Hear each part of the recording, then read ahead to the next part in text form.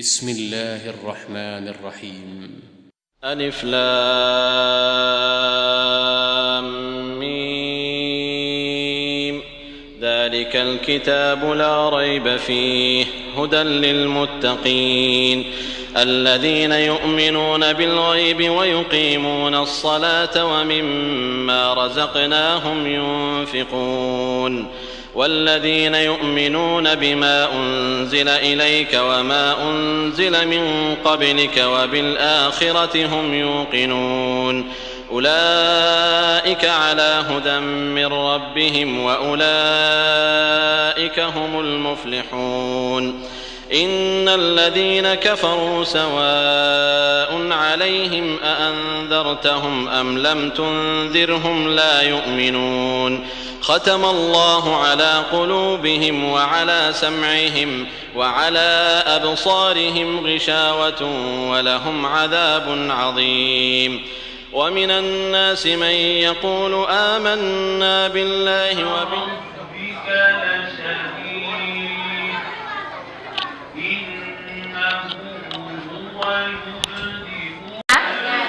Avant tout d'abord ñu leen di souhaiter bonne fête di leen ñaanal fête bu réussir lépp lu ngeen bëgg ci école bi suñu borom defal leen ko tey ñu bëggoon xam noonu ñu nga tudd sa tur ak sa sant.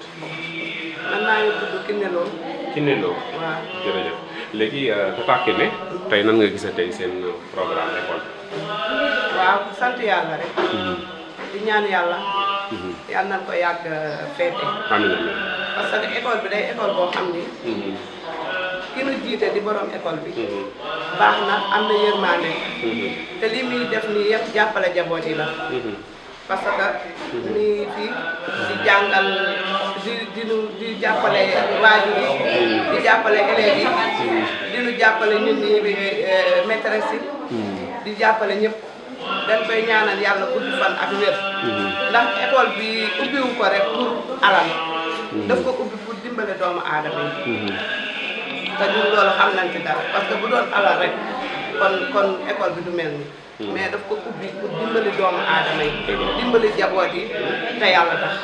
kon nag dañ koy ñaanal école am bii yàlla na doon ay école suñu fête bi tamit yàlla jàppale ñu ci ñu réussir jaar fa mu daan jaar. ndax bii du première fête du deuxième fête yàgg nañ ko fête parce que man am naa fi 6 ans.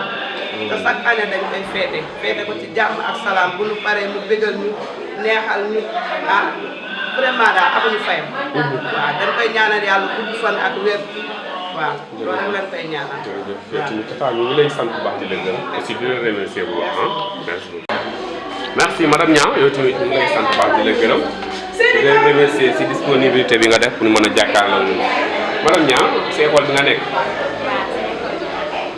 yàlla def yàlla dégg la ay xale ay tout tànk c'est-à-dire nga leen di jàngal tey ban message ngay lancé si ñoom en tant que tey ngeen def seen fin d'année mu toll nii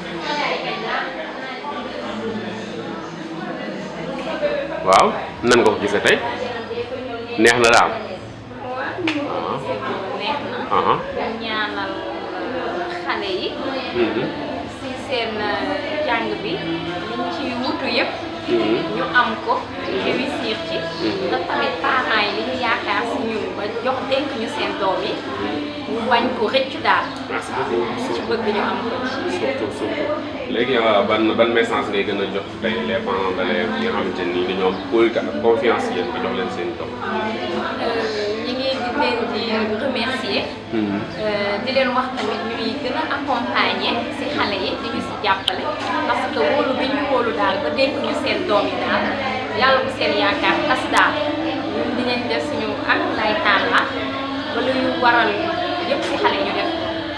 merci beaucoup madame Niang yow ñu ngi lay sant bu baax di la gërëm di la remercier bu baax di la souhaiter aussi bonne fête ah. merci beaucoup.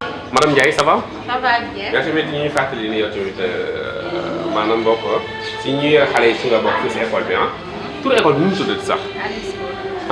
Alim School. Alim. merci beaucoup léegi tey yàlla def tamit nga yor ay tur tàng ay xale nga di leen jàngal seen i parents wóolu la ñëw dégg leen xale yi tey ban message ngay def si ñoom. si xale yi. xanaa ñu kii rek xam nga yor xale moom neex na mais plaisir bi si am rek. lu bëri la xale si boppam. mooy loolu daal ak ni muy apporté. waaw ñu ngi dugal si ñoom xam-xam. yàlla def daal. nekk ay magi. amiin amiin ñu dem a dem ba am la nga xamante ni seen parents yi am na la nga xam ne sut na seen jot. surtout. waaw loolu moo am importance. école bii nag dañuy madame Mbodj moom dañ koy ñaanal yàlla. li mu bëgg moo ko xam yàlla na ko yàlla defal. ndax ñi muy dimbali si ay doomu aadama. kenn xamul lu mu toll. ñoo dem a dem ba école bi ñu koy tudd bu kawee bu soree. xale yi nag ñu ngi leen di ñaanal rek xam nga dañ leen a bëgg moo tax. ku am doom rek. am li sa doom rek di nga jàpp ñeneen ñi. surtout waaw. surtout. ñu ngi ñaanal borom école bi. li mu bëgg moo ko xam yàlla na ko yàlla def. merci beaucoup madame Ndiaye. yow tamit ñu ngi lay remercier di leen souhaiter aussi bonne fête. merci beaucoup. madame Samb sigil tuuti madame Samb tey nan ngeen gisee tey seen fête bi tey vraiment kontaan ngeen si daal. nar naa neex daal. waaw nar naa neex. tey lan ngeen di delloo njukkal tey les parents d'élèves. waaw parents yi moom vraiment amuñu seen parce que ku la wóolu ba jox la ay doomam. parce que doom daa sax ci xol. ku la wóolu ba jox la doomam rek am na ci yow confiance. dëgg la waaw bu leen di sant ak gërëm di leen ñaanal li ñuy bëgg ci école bi daal yàlla na su seen doom yàlla bu ñu am dellu leen métti ci rek. merci beaucoup merci. léegi xam naa ne yow tamit maa ngi leen souhaité bonne fête. di leen ñaanal réussite totale. lépp lu ngeen bëgg ci prochaine année bii di ñëw yàlla na leen suñu borom defal. école bi yàlla na dem ba jur yeneen école yu bëree merci beaucoup maman madame Mbodj waaw yéen a koy sant di ko gërëm. uuf nañu kii nañu ñu koy uuf na leen teg na leen yàlla na ko yàlla defal. yàlla école bi dem ba nekk société bu mag a mag a mag. merci beaucoup ñu ngi lay sant baax di la gërëm. noo tudd. Marietou. si lii wala si. Mbodj. Boy. Marietou Boy tey nan nga gisee tey seen fête bi tey. waaw fête moom dëgg yàlla moom neex na lool dëgg yàlla. neex na daal. neex na daal waaw. c'est-à-dire la moo ko tax a neex. organisation bien na. organisation bi baax na lépp. merci léegi maa ngi leen di souhaiter aussi tamit fête bu neex jàmm ak salaam léegi tey nan ngeen gisee tey école bi depuis lors ba léegi daal ak parents d'élèves di confiance yi ñu jox bu ñu teg si seen loxo daal. dëgg yàlla école bi moom man gisuma si benn kii daal benn inconvénient parce que man maa ngi soog a am sama première année waaye dëgg yàlla école bi ñëpp dañoo booloo nekk benn. waaw dëgg yàlla gisuma benn problème ñëpp a baax daal.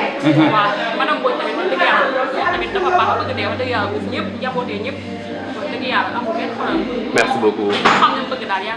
amiin yaa rabbal aalamiin yow tamit li nga bëgg si école bi suñu borom dafa la ko dégg nga école bi yàlla na doon def école yu bëree merci beaucoup. yaa ngi si jàmm yow dinaa sawar loolu di la laajte léegi tey yàlla dimbali na la yow tamit xam naa ni macha allah yàgg ci école bi suñu borom yàlla def mu gën fi yàgg confiance bi madame Mbodj am ci yow mu gën a yokk ba lépp loo xam te ne dañ ko soxla tamit si école bi suñu borom tamit defal lépp avant tout d'abord tey ngeen def tey yàlla def ni def seen fin d'année maanaam bokk école bi parce que def conférence tey nan nga gisee tey seen diggante ak parents d'élèves te nan nga ko gisee tey seen diggante ak parents d'élèves tey noonu la ko gisee tey. avant tout maa ngi leen di nuyu di leen sant di présenté wu. mën naa ni sa jar na ko jaru ko parce que man defe naa école bi maa ko jublu daal maa ngi tudd madame Seck maîtresse pour comme xale yi ñu koy waxee. di sant yàlla ndax mbir boo ko jubloo boole di ngeen di commencé ak 11 élèves nga dem ba tey macha allah waaw ñu wàññi centaine de kon sant yàlla wér di sant madame Mbodj bi ak initiative bi avec tous les ak lépp lu mu ak sacrifice yi mu laaj yëpp barkan macha allah ñu koy sant di ko gërëm di ko ñaanal di fan ak wér ak yokkute ndax yokkute am mooy suñu yokkute ndax madame Mbodj macha allah ñu njiit bu neex a bu nit bëgg mu jiital nit boo xam ne xaaroo ku la laaj lii lii manqué la yaa ngi xool toujours nu mu parfait nga indi li day indi benn sax nga dem doon gis ne ko est-ce que boo defee lu gën a baax lépp ngir xale yi am tàggat leen ci lu parfait ci lu baax ci lu rafet ci jàng daf ko jaral lu nekk ndax boo waxee mu ne sama àdduna jàng kon dañuy jël xale yi tàggat si jàng ak si lu baax parents yi nag amuñu seen fan ndax lii lépp ñoom la tey soo ubbi woon sa école te parents yi ñoom wuy si la comme ñu ko commencé préscolaire avec 11 ndax tey ñu dem am élémentaire yëpp ndax loolu yëpp confiance bu parents yi am na ñu leen di gërëm di leen sant di leen delloo njukkal parents yi ñëpp la ñuy seqal li ma leen di wax rek ma ne leen yéen ñun ñoo leen amee njukkal ñu leen amee loolu njukkal ñu jël ay cadeau yu ñu jox mais loolu da leen a neex rek parce que ñoom dañoo jël seen xaalis bi fayal seen doom kon ñun li ñuy def si seen doom lu war la ndax dañuy fay suñu koy def si seen doom kon ñoom dañ leen di def mention spéciale di leen sant di leen gërëm di leen remercier si confiance bi ñu am te di ñaan yàlla bu yàlla tas yaakaar. amiin amiin amiin jërëjëf yow tamit xam naa ñu ngi lay sant bu baax. di sant sama collègue bi yëpp ndax jiital nañ ma te faxas sa loolu ni ma maman jiitalee noonu lañ ma jiitalee na maman mënoon la ma jiital te ñoom duñ ko nangu mais dañoo nangu jiital bi ma maman jiital lu ñuy def nag pour lu ñuy wax nag pour def des fois damay dem sax ba damay dem ba sama néeg may ne nii daal yàlla ma yàlla na fa jot si ñoom di ma doon sutura ndax ñu sax sama benn fay ba ci bi may def sama examen professionnel boo xam ne nii ñoom ñooy examen fu ñu toll ci mu woote maman jour boobu dafa voyagé mais damaa jooy ndax mi ngi naan defar leen nii bu xale yi wax xale yi def bruit buñ déranger kuréel ba yàlla daal macha allah Aliou Sow daal ci kaw ci kanam ci lu baax. merci beaucoup yow tamit ca kaw ca kanam ci lu baax di la souhaiter encore une fois bonne fête. gërëm aussi maman di la. bisimilah rahmaani rahiim. commencé woon nañ ci turu yàlla ñu ngi koy sant. alhamdulilah def nañu année scolaire une année paisible yàlla def ñu dimbale ci lu ñu séntu woon yëpp alhamdulilah am nañu ko. lu ñuy njëkk d'abord c'est de remercier les parents d'élèves parce que ñoom ñoo ñu wóolu indi seen njaboot ci suñu loxo. sans les enfants l'école n'existe pas boo gisee école rek c'est qu'il y a élèves il y a enseignants. maa ngi gërëm aussi tous les enseignants les éducatrices du préscolaire seen taxawaay seen cawarte seen compétence bu ñu développé bu yàlla may ñu journée tey bi surtout féliciter les enfants parce qu'ils ont très bien travaillé macha allah ñu ngi leen di sant ñu ngi leen di gërëm ñu ngi leen di ñaanal ñu gudd fan ci li ñuy sonn nii yaay yi ak papa yi di ci sonn yàlla na ci yàlla def laaj. amiin amiin. parce que il ne faut pas oublier xale tey yi mooy mag ëllëg yi. ñoom ñooy jël réew mi ci seen loxo. donc mag yi ñoo leen war a tabax wan leen yoon tettee leen ba ñu jaar fu ñu war a jaar. su dee seen yoon dëng na rek du xale yi mag ñi ñoo dëng. parce que mag mooy tettee xale foo ko jaaralee mu jaar foofu. surtout donc xale dañ koy gunge dañ koy tettee dañ koy orienté dañu koy éduquer dañu koy informer dañ koy sensibiliser et surtout da ngay jege sa njaboot. nga jëmee ko mu ñeme la ngay waxtaan ak moom loolu nga yebaate la mais pour xale bi ëllëg lu mu am ci problème ak lu mu bëgg dina ñeme wax ni yaay mbaa papa donc parents yi war nañ ci bàyyi xel bu baax a baax xale loo am ak loo mun ak loo bëgg a def partage ak sa njaboot bu ko fàtte mu parce que loo gravé ci seen bopp yi rek noonu lay magee donc ñun ñuy enseignant tamit ñu gën a góorgóorlu ci suñu jàngale ñu xam ne rek la tâche n'est pas facile l'enseignement parce que c'est une tâche vite ay jël ay xam-xam di ko sol ci biir donc sol ci xam-xam yombul noonu patience la laaj beaucoup de courage beaucoup d'abnégation pour que mën a réussir mais maa ngi leen di féliciter di leen gërëm ñu ñaan yàlla ñu defaat nii ay année yu bari yu bari. amiin amiin alhamdulilah rabbil alamin. amiin macha allah macha allah jërëjëf yow tamit maman li ma waxoon rek laay terminer aussi ñu ngi lay sant bu baax di la gërëm aussi di la remercier bu baax aussi di la ñaanal aussi yàlla may la courage sa diggante yaag xale yi ak les parents d'élèves aussi di la ñaanal tamit école bi dem ba doon université bu rëy rëy rëy école bi dem ba doon wax école boo xamante ni fu ko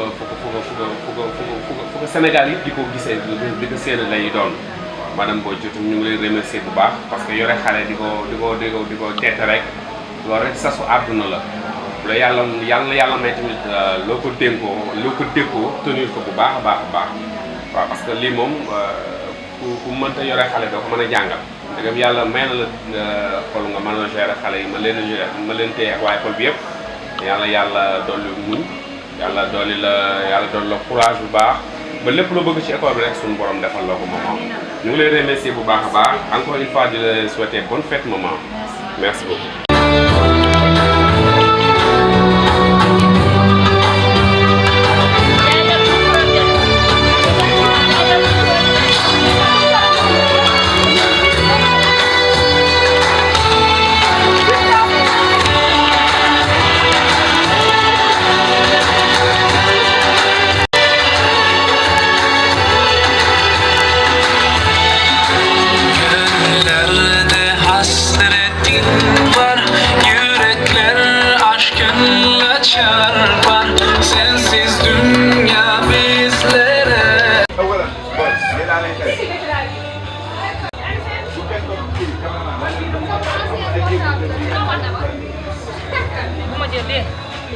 Tamam.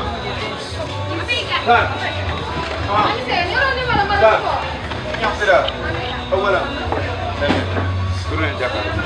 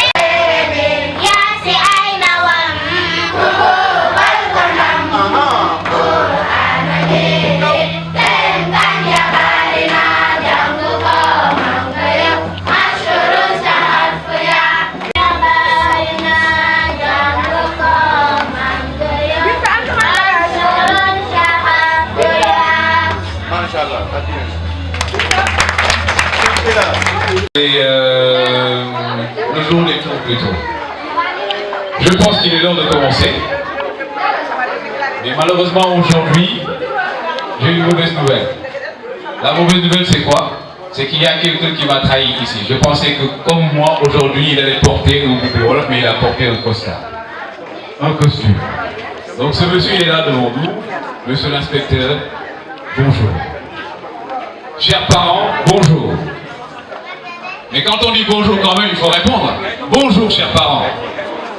Bonjour. Non, mais nous dékegul. Quand on dékegul, man dékegul, mais maa ngi wax ci kaw. Quand on dékegul, ñi dékegul def leen nii. Ana ñi dékegul. Si sur les certains que c'est Mesdames et messieurs, bonjour. Chers parents également, bonjour. Je rappelle juste que nous sommes à la 7e édition. Bonjour symbolique, bonjour de communion, bonjour de célébration, mais également bonjour de effectué tout au long de l'année académique 2015 pour le travail accompli par les élèves, aux connaissances accomplies par les professeurs, les maîtres, les enseignants, tout l'effectif et l'administration de l'établissement Alim School. Vous pouvez dara ci dara ji faaw nga def dara ci dara ji dingi dara ji mën laa jëriñ dara. Assalamu alaikum. Mais qu'est-ce qui se passe? Je vais demander peut-être à Madame Koura de donner le goûter des enfants aux parents parce qu'on dirait que vous n'avez pas encore pris votre petit déjeuner. Et en même pour bien entendu apporter un peu de gaieté à cette manifestation, nous allons automatiquement et tout de suite commencer par le récital de Coran par là et tout pour bien entendu commencer de la plus belle des manières, avant bien entendu l'hymne national. Et ce sont les enfants bien entendu qui vont débuter ici, bien entendu avec l'hymne national, la mise en place. Est-ce que mon ami Oustas est prêt? Oustas, est-ce que Oustas est prêt? Oustas, est-ce que c'est bon à ton niveau? Est-ce que c'est bon à ton niveau? Chaque année, les soldats de l'islam, les soldats de l'éducation, les soldats de la paix et des oreilles, et qu'il faut applaudir quand il faut applaudir, et qui s'est conseillé quand il faut.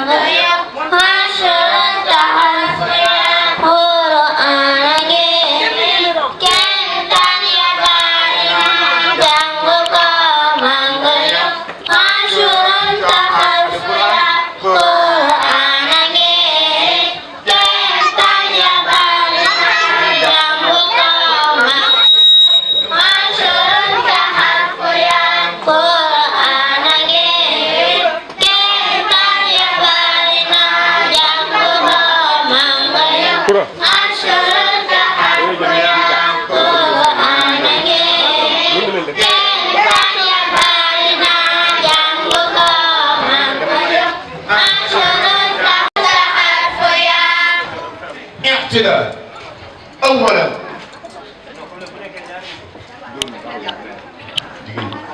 يمين دو يمين دو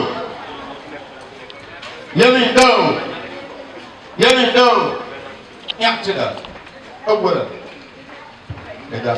يمين دو يمين دو يمين دو seen parents yi fay leen kontaan nañu moo tax fay leen. waaw mais parents yi dañuy fay. comment ça se kontaan nañu xanaa ah maman fayu leen. séeréer yi nuyu waa leen. taslim. asalaamaaleykum wa rahmatullah. waaleykum salaam. i'tidaal awalan. macha allah tey xale yi yéen a xewle. waaw. tonton Tounkara muy taxaw. maman mu ngi taxaw.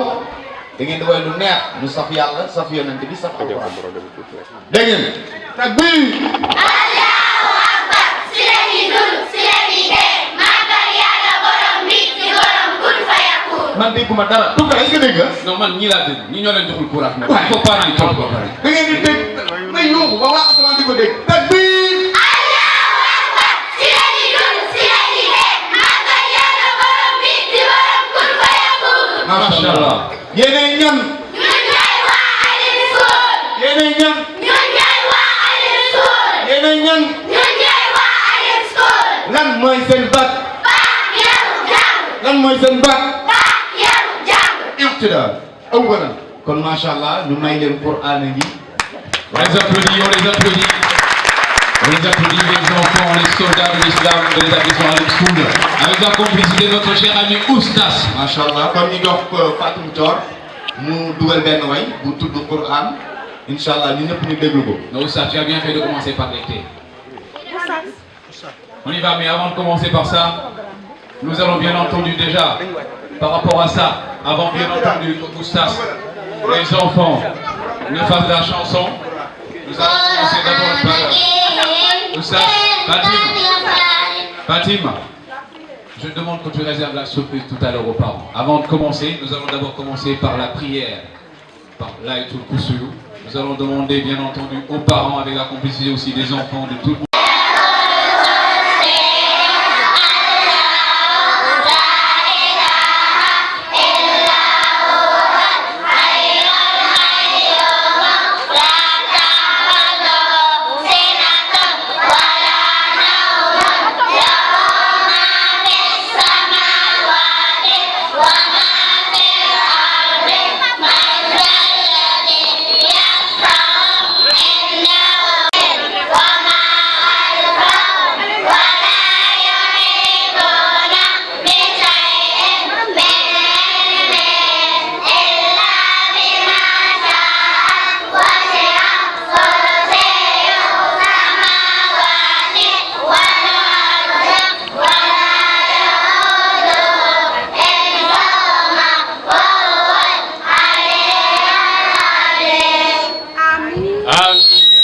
Amin. On les applaudit encore. Amin Ya Rabbi.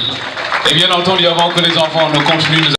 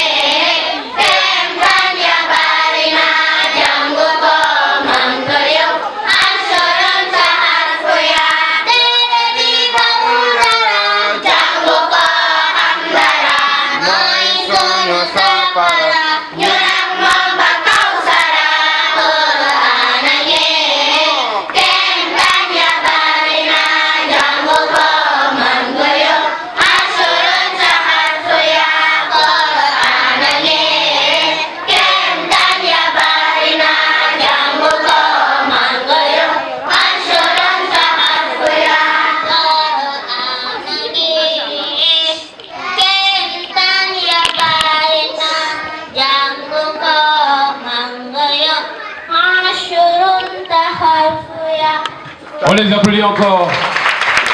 Machallah. C'est ça également, parce que derrière, vous avez pu faire confiance à cet établissement.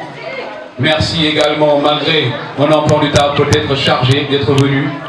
Mais je ne saurais bien entendu aujourd'hui m'adresser à vous sans pour autant remercier les personnes qui pour moi sont à remercier avant qui que ce soit.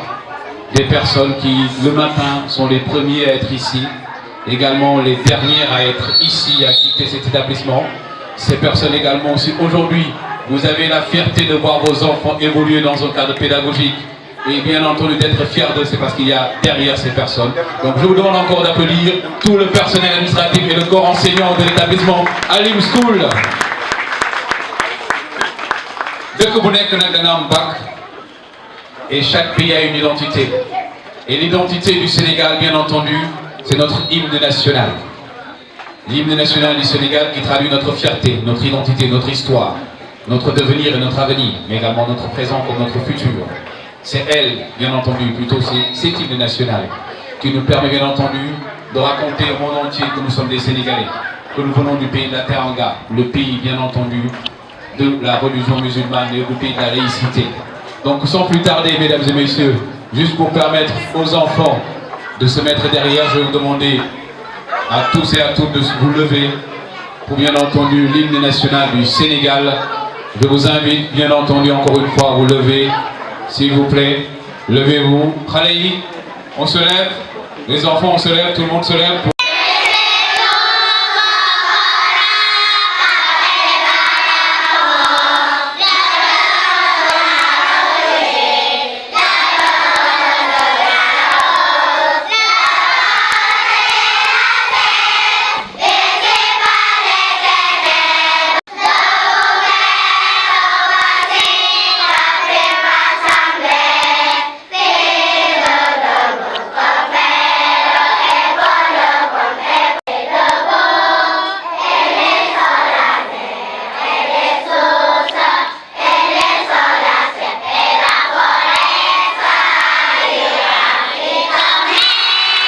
On les applaudit.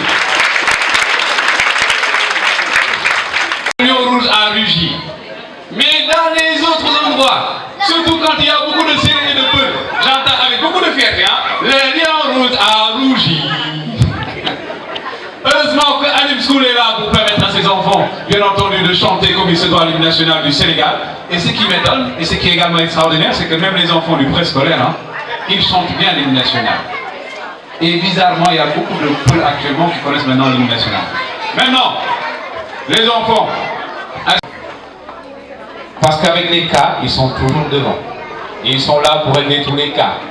C'est parce qu'ils ont tellement réglé le cas qu'il fallait qu'un monsieur dont la première lettre de son nom de famille commence par un A, et s'il ajoute un G, parce qu'il faut être un guerrier pour bien entendu vouloir accompagner, il faut éternellement être fidèle et respectueux pour pouvoir accompagner une personne qui est là pour régler tous les cas. Et c'est pour ces raisons, dans la résolution de ces cas, qu'ici à Alim School, pour régler le cas des parents et des enfants qui ont toujours des cas, et qui sont des cas réglables bien entendu, nous avons bien entendu voulu et eu l'honneur de confier le cas des parents et des enfants à une personne dont le nom de famille de cas et dont le nom de son mari est Aïe. Mesdames et messieurs, veuillez accueillir ici la présidente de l'association des parents d'élèves de l'établissement Alim School, Madame Aïe. Je vous présente ici pour accompagner les parents d'élèves et les enfants. Et tout à l'heure, vous allez voir qu'elle m'a permis et m'a fait l'honneur d'entrer dans la famille, faire une petite incursion dans sa famille avec deux stars que vous allez voir tout à l'heure. Madame la Présidente, vous avez la parole. Merci Tounkara. Salam alaikum wa rahmatullah. Je nuyu xale yi, nuyu le corps enseignant, le personnel administratif et tout le personnel di leen sant di leen gërëm ci teewaay bi. di nuyu aussi suñu oustaz bu ñu doon accompagner mais ren mu ñëw ñu def ko ci weeru koor bi di oustaz Adama Gueye di ko yóbbee ay nuyu ak ay ziar di leen remercier ci seen teewaay ak seen taxawaay di remercier aussi les membres du bureau pour la confiance. C'est vrai, di remercier les parents pour la confiance qu'ils ont placée à l'emploi du bureau, de l'ensemble du bureau, mais aussi de remercier les collègues qui sont au niveau du bureau pour la confiance qu'ils ont en moi. ndax bu ma wootee sax ne nañu wax lii wala ñu ne seet na rek ak madame la directrice.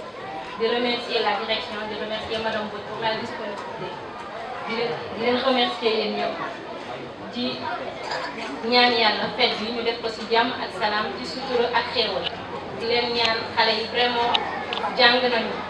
ñun dañ koy ñëw régulièrement en réunion et saa yu ñu ñëwee réunion direction bi day partagé ak ñun statistique école bi mooy résultat yi école bi def par rapport ak école yi ne ci gox bi yëpp école privée yi école publique yi te vraiment xale yi ñu ci góorgóorlu ñu ngi jàng moo tax ñu ne nañ leen wax parce que cérémonie de distribution des prix mënul ñàkk ci école surtout boo buggee encouragé émulation boo buggee encouragé pour xale yi di góorgóorlu mais duwul ne ñi am prix ñoo jàng ñoo gën a góorgóorlu déedéet xëy na dafa nekk seen wërsëg ren bu déwénee mu nekk wërsëg keneen ainsi de suite donc di ñaan rek parents yi am compréhension te déggal xale yi te seet leen te toppatoo leen bañ a xool parce que parfois xale yi ay 0,0 point mooy nekk ci seen diggante te comme moyens yi matewul mënuñu may ñëpp ay prix mooy tax ñu jël peut-être 3 premiers 5 premiers di jéem nag année après année parce que bi mooy suñu 7e année di def ay innovation di am luñ ciy yokk di gën a góorgóorlu pour bégal xale yi gën a góorgóorlu pour bégal ñi nga xam ne ñoo fiy nekk au quotidien man école bi dama fi yor samay doom mais dama fi dëkk ak ñoom jege lool di gis yenn enseignants yi 7 heures booy génn liggéey day fekk ñoom ñëw nañu tu te demandes sachant ñenn ñi fu ñuy jóge ban heure lañ jóge seen kër vraiment di da loolu day wane engagement ak farlu bi ñu am ndax pour ñu ñenn ñi 8 heures la ñuy commencé ñenn ñi 9 heures la ñuy commencé dañ nekk ak ñu ndaw mais boo leen fi rombee 7 heures mooy la quart 7 heures 5 tu te dis que sa xel dina dal am nga koy bàyyi sa doom donc di remercier ñëpp di leen sargal di leen di ñaan yàlla defal ñu toog fekk jàmm ak salaam merci à tous et di nuyu suñu dëkkandoo bu fidèle macha allah madame Lo ci cité bi la dëkk ay doomam nekk ñu fi waaye at bu nekk mu école bi organisé ba ci semaine ci weeru koor gi ñu fi defee conférence ak journée d'action et de solidarité ñëw na fi yendu ak ñun def ci dooleen def ci kantanam yal na ko yàlla taxaw yal na ko yàlla fay ci njabootam parce que mënoon na ne doomam nekk fi waaw nekk ku sàmm ak ku dëkkandoo la vraiment ñu ngi rafetlu taxawaay bi suñu wet di ko remercier bu baax yal na ko yàlla fay di nuyu aussi suñu présidente d'honneur ndax moom moo njëkk a nekk présidente API defal ko ba mu baax teg ko ci suñuy loxo ñuy ñaan yàlla bu mu yàqoo ci suñuy loxo ba ñu itam ñu jox ko beneen bureau incha allah di leen sant di leen gërëm jërë ngeen jëf. On l'applaudit encore, Madame K. Je rappelle que ces coordonnées sont tout simples là, de cette fête de fin d'année de cette année. Monsieur Maïbreka qui a eu bien entendu un empêchement parce qu'il a perdu un de ses proches. Et pour ça également nous le présentons au nom de l'établissement Alim School, nos sincères condoléances. Et c'est pour ces raisons qu'il n'est pas là aujourd'hui, mais c'est quelqu'un qui accompagne toujours cet établissement, comme Monsieur Bité, comme tous les parents d'élèves qui sont là. Maintenant, mesdames et messieurs, quand on présente une personne de grande envergure, il faut s'asseoir et être bien assis. Aujourd'hui, mesdames et messieurs, je vais avoir les dents en récréation. Aujourd'hui, mesdames et messieurs, nous allons annoncer quelqu'un. Oui. Que vous passiez inaperçu. Est-ce que vous connaissez le vrai nom de Madame Boy? Qui connaît le vrai nom de Madame Boy?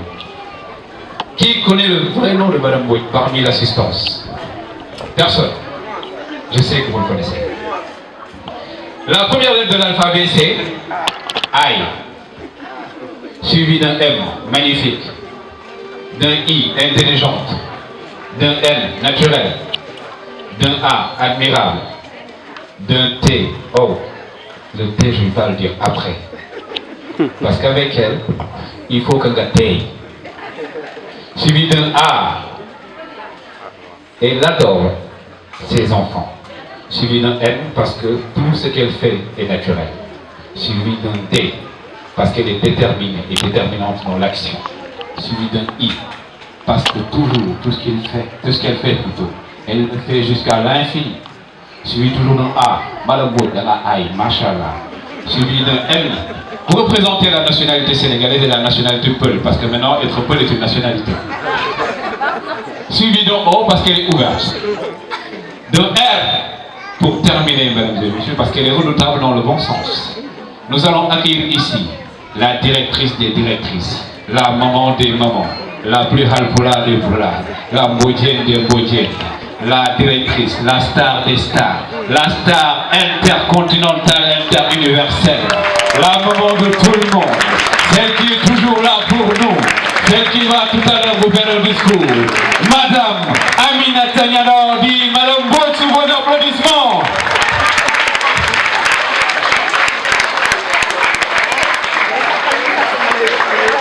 Parce qu'elle n'aime pas qu'on fasse ça.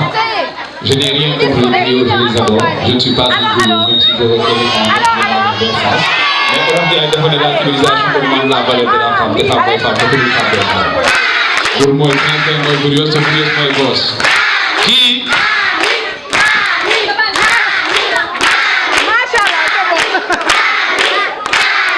avec elle, il faut que tout soit soft. Partenaires de l'école, chers invités, qui nous a permis de rester en vie. Gloire à Dieu qui nous a gratifié de toutes les ressources nécessaires à la réalisation de notre noble et exaltante mission d'éducation que nous fêtons avec les enfants aujourd'hui. Permettez-moi, en ma qualité de directrice et au nom de tout le personnel de l'école, vous souhaiter la bienvenue et exprimer notre sincère reconnaissance pour avoir honoré de votre présence cette fête bien importante pour nos enfants. Je voudrais, à l'entame de mes propos, remercier l'association des parents d'élèves et en particulier la première présidente de cette école, Mansar, Mamie, qu'on appelle Mamie, les enseignants et enseignantes, l'équipe d'encadrement, le personnel de service, les animateurs et tous ceux qui de près ou de loin ont contribué à la bonne marche des enseignements-apprentissages et à la réussite de cet événement. Mesdames, Messieurs, chers invités, cette année nous avons le plaisir de communiquer avec vous sur le thème le développement des aptitudes intellectuelles chez l'apprenant. Et nous aurons l'honneur d'écouter l'inspecteur Bité tout à l'heure. On a coutume de dire que chaque enfant qu'on éduque est un homme qu'on gagne. À cet effet, les enfants doivent grandir dans un environnement favorable à l'éclosion de leur intelligence.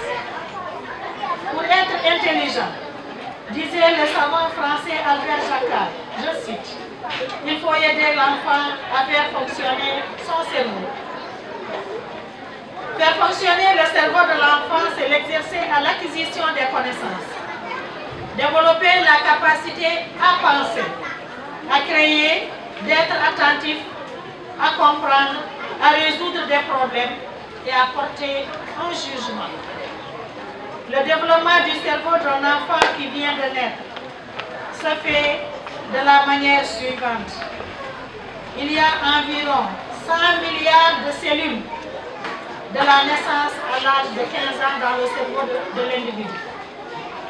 Ces cellules se multiplient. Chacune d'entre elles envoie de l'ordre de 10 000 ramifications aux autres cellules. Durant cette période, à chaque seconde que Dieu fait, l'enfant met en place 2,5 millions de ramifications. Chaque fois qu'un enfant écoute bien, on l'aide en bonne partie à construire ses capacités intellectuelles, ce qui favorise la multiplication des cellules du cerveau. Saviez-vous qu'à 5 ans déjà, pour fonctionner, le cerveau de l'enfant a besoin de 2 fois plus d'énergie que l'adulte? À la lumière de ces considérations, il s'avère que le développement du cerveau exige 2 facteurs fondamentaux que sont une alimentation saine et adaptée aux besoins nutritionnels de l'enfant. Foofu dinaa ci jublu tuuti dama leen di ñaan yéen parents yi surtout xale yi lu ñu indi ci école bi goûter yi dimbale leen ñu bu leen indi ay chips. Bu leen indi ay chips de alimentation c'est un additif. C'est un additif, c'est pas un aliment. Bu leen ko indi du jëriñ dara. te cerveau bi day gën a liggéey suba si xale bi day dépenser énergie bu bari ci suba si lu muy déglu di jàng lu muy foo ci biir classe bi lu muy manipuler ci classe bi loolu yëpp énergie la laaj donc lekk bu baax la soxla jël leen mburu ngeen def ci fromage jël leen mburu ngeen def ci neen jël leen lait du lait quel que soit nu mu mel jox leen ko goûter jox leen ko fruit jox leen ko lait mais bu leen indi ay chips ou bien des boissons gazeuses boissons sucrées yooyu dafa yokk ci boutique bi mais amul dara njëriñ ci xale bi dama leen ñaan ngeen góorgóorlu ci boutique bi parce que loolu mooy développé cerveau xale bi ci âge boobu lekk bu baax xale la soxla beaucoup de fruits beaucoup de lait beaucoup de fromage beaucoup de viande blanche xale bi ou bien de poisson xale loolu la soxla ci âge boobu ngeen boole ci ay céréales dama leen ñaan encore une fois na ngeen ci jàpp parce que cerveau bi entre 5 ans et 15 ans lu mënul nekk surtout à la naissance jusqu'à l'âge de 6 ans cerveau bi lu mu amul dootu ko mën a amat ci développement dootu ko mën a amat donc góorgóorlu leen ci loolu. Donc une alimentation saine et adaptée aux besoins nutritionnels de l'enfant. Un environnement familial et social favorable est indispensable au développement de l'attention, de la capacité d'écoute et du goût de la découverte. Chers parents, nous devons tous et toutes comprendre et prendre conscience que la vraie intelligence, c'est de comprendre qu'on n'a pas compris et de s'efforcer pour comprendre. Évitons à l'enfant de prendre conscience de son incapacité à réussir ou de son retard mental relativement à ses camarades, ses frères ou ses sœurs. C'est le préparer déjà à l'échec. Moi, je vais comparer ce don. Je vais dire que demain, je vais dans ma classe. Ça m'a dit, il est la moyenne, moi premier de la classe. Toi, tu es toujours le dernier. Donc, il faut préparer déjà à l'échec. D'autres gourgoules. Il ne faut jamais comparer les personnes. Il faut encourager les gens. Il faut montrer des choses pour l'homme. Si vous avez des mais attention, il faut promettre de le faire. Il faut le faire. Mais ne comparez jamais les enfants. Même si nous accordons que l'intelligence est innée, Nous devons comprendre que les aptitudes intellectuelles se construisent. Nous ne devons pas perdre de vue que chaque enfant a une personnalité unique et se développe à son propre rythme. L'apprenant qui lève le doigt pour dire qu'il n'a pas compris relève un triple avantage. Il prouve et reconnaît qu'il n'a pas compris. Il rend service à ses camarades à comprendre ou à mieux comprendre. Mais aussi, il amène l'enseignant à remettre en cause ses méthodes et ses techniques pédagogiques. Les enfants ont besoin pour s'épanouir d'un environnement favorable, sécurisant, dans lequel ils pourront manifester librement leur personnalité, leur individualité, leur responsabilité en toute socialisation. C'est pour le bois de Dieu dont nous, parents et enseignants, avons la responsabilité d'éduquer et d'instruire, ont besoin d'être guidés, orientés, formés pour devenir des citoyens compétents, responsables mais aussi vertueux. Chers parents, nous vous invitons à vous ouvrir à vos enfants, à les comprendre pour mieux les aider à se développer harmonieusement. À cet effet, nous vous suggérons de mettre en pratique l'approche parentale qui se résume en 3 choses pour favoriser le développement de l'intelligence de votre enfant. Il faut le réconforter. Il faut jouer avec l'enfant. Il faut l'enseigner.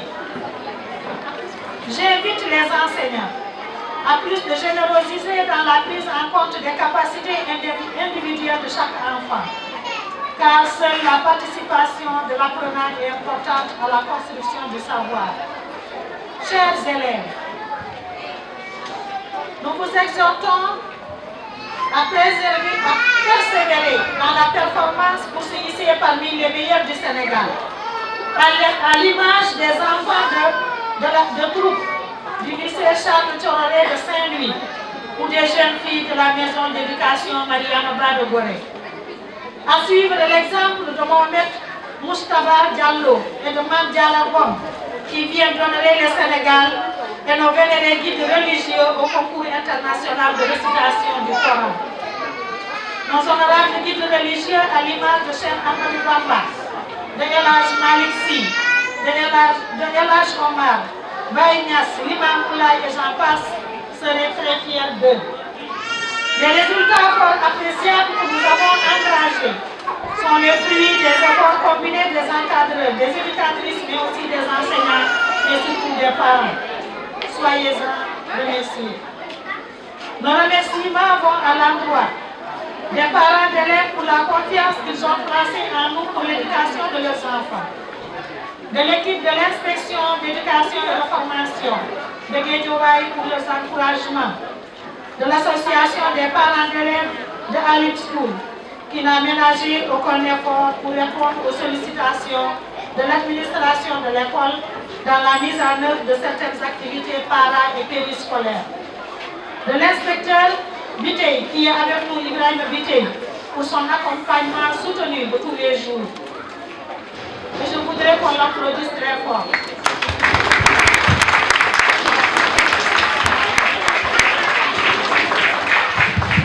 De l'imam Adam Gueye, pour ses enseignements des principes de l'islam et de la sunna. De notre conseiller pédagogique, M. Djibril Faye, pour sa touche particulière aux innovations pédagogiques. De l'infatigable Kourolo Sek, qui se donne corps et âme pour le bon fonctionnement de l'école en tant que conseillère pédagogique, mais aussi créatrice d'un environnement favorable à l'épanouissement de tous les enfants, des tout petits. Mention spéciale à M. Leyti Ndiaye pour son dévouement et son engagement à la cause de l'éducation de qualité. Nos remerciements vont particulièrement à notre parrain de l'édition 2016-2017. Je vous nomme Mme Ibrahim, l'inspecteur de l'enseignement, directeur de l'Institut national d'études et d'action pour le développement de l'éducation, INEAD, secrétaire général adjoint du Haut Conseil des collectivités territoriales et parents d'élèves. Vos applaudissements à nos parents, à notre parents. C'est un jour choisi pour fêter l'excellence avec les enfants, en présence de leurs parents, des amis et des partenaires de l'école. C'est le moment de récompenser les meilleurs et encourager les autres à persévérer. Tous et tous sont méritantes. Recevez, chers élèves, nos félicitations et nos encouragements. Il ne nous reste qu'à souhaiter aux enfants un bel avenir, une longue vie, une bonne santé et des vacances studieuses, surtout en mathématiques et en français. Prudence, une bonne santé et des vacances studieuses, surtout en mathématiques et en français. Prudence aux mauvaises fréquentations, à la plage, à l'usage des stupéfiants comme l'alcool et la drogue. À l'année prochaine, Inch'Allah, je vous remercie de votre aimable attention. J'en profite. N'oubliez pas, il ne faut pas qu'on se crée des problèmes. La deuxième chose, surtout les élèves de CM1 de cette année, il y aura des cours de vacances du 22 août au 15 septembre. On rend ça obligatoire à tous les élèves du CM1. Nous voulons bien les préparer, Inch'Allah. Il faut que tous les enfants soient là du 22 août au 15 septembre. Les élèves du CM1. Merci.